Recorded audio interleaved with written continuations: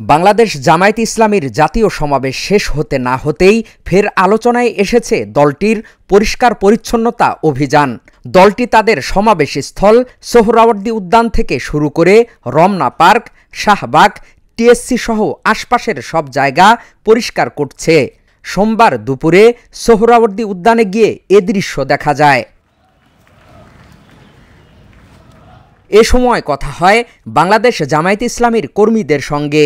তারা জানান, প্রায় 500 থেকে 600 কর্মী বিনা পারিশ্রমিকে পরিষ্কার অভিযানে নেমেছেন। যেহেতু আমরা এখানে প্রোগ্রাম করেছি, এখন আমাদের দায়িত্ব জনগণের যাতে সুন্দর, এখানে যারা ঘুরতে আসে তাদের ভিতরে যাতে কোনো রকমের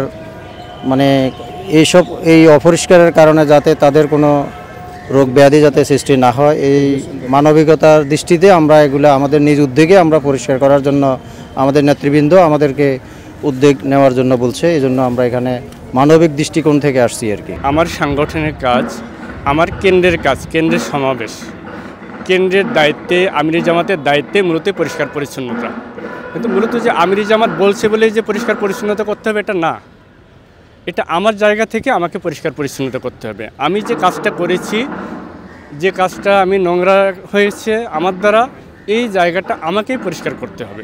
এই জন্য এটা আমাদের দায়িত্ব থেকে আমরা নিজেরা করতেছি।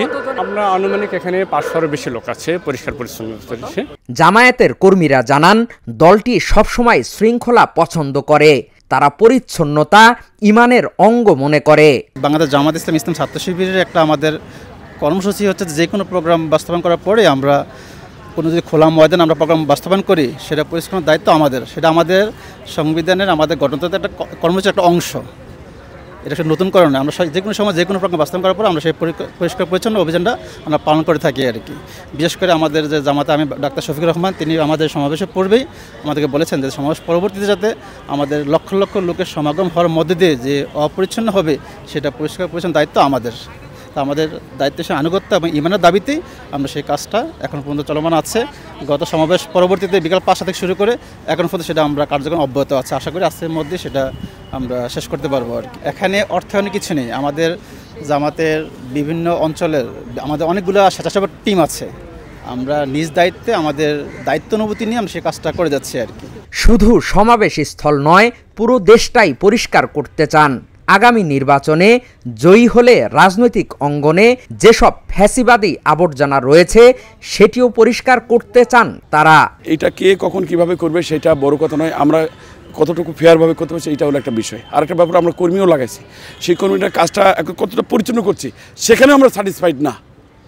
এইটা পরিপূর্ণভাবে পরিষ্কার করতে পারলেই আমরা স্যাটিসফাইড।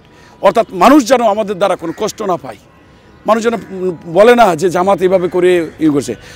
বরঞ্চ আজকে এই যে আপনি বলছেন যে এটার ব্যতিক্রম কাজ হচ্ছে, শুধু মাঠ পরিষ্কার না, জামাত যদি আগামীতে ক্ষমতায় আসে গোটা দেশটা এরকম ক্লিন দেশ হিসাবে গড়ে উঠবে আর কি।